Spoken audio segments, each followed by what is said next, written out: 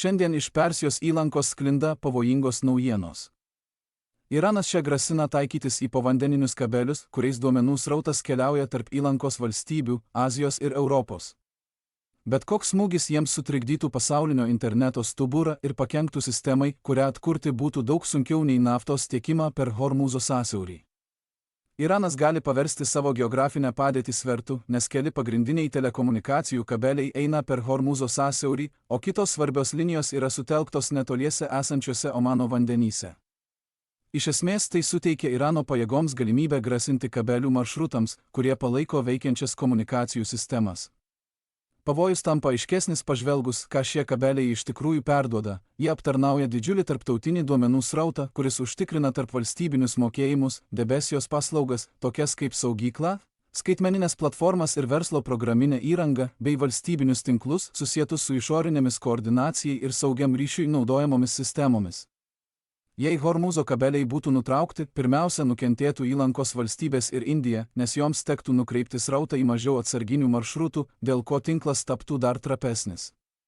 Šis scenarijus atspindi jau šiuolaikiniame kare naudojamą metodą, kai taikiniu tampa ne tik karinės pozicijos, bet ir infrastruktūra, kuri leidžia valstybėms funkcionuoti.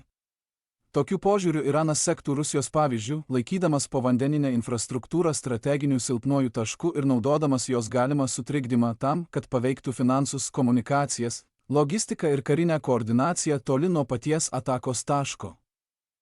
Tikslas nėra tiesiog sugadinti vieną konkretų objektą, o sukelti rimtų problemų visame sistemų tinkle.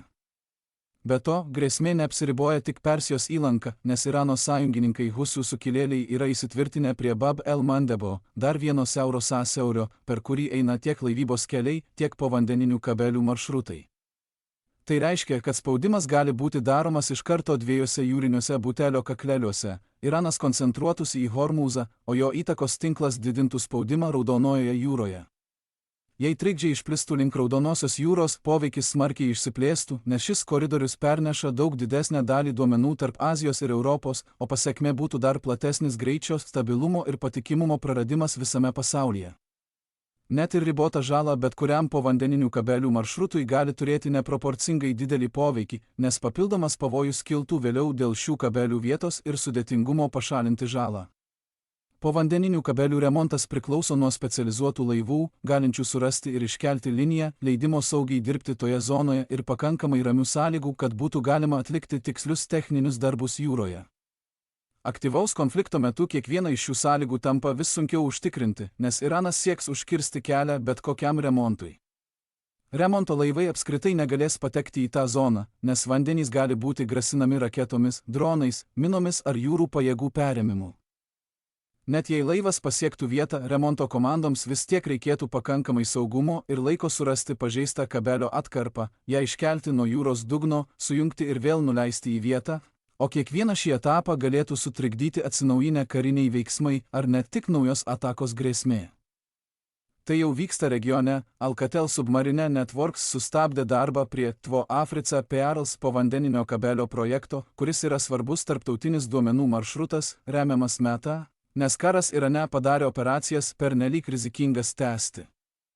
Apskritai Iranas vis dar susilaiko nuo povandeninių kabelių kirtimo, nes toks žingsnis galėtų sukelti didesnę eskalaciją. Tai vienu metu paveiktų daugelį šalių ir įmonių, o tai savo ruožtu išprovokuotų daug stipresnį politinį, karinį ir ekonominį atsaką prieš Irano režimą pasauliniu mastu. Tuo pačiu metu povandeninių kabelių kirtimas būtų kur kas didesnė eskalacija nei smūgis vienam uostui, bazei ar atskiram taikiniui, nes pasekmės išplistų gerokai už vienos vietos ribų. Vis dėlto, kai grėsmė tampa reali, duomenų srautas gali būti nukreiptas per alternatyvias kabelių sistemas ar sausumos tinklus, tai neišsprendžia trikdžių, bet žymiai sumažina bendrą poveikį, net jei našumas išlieka suprastėjęs.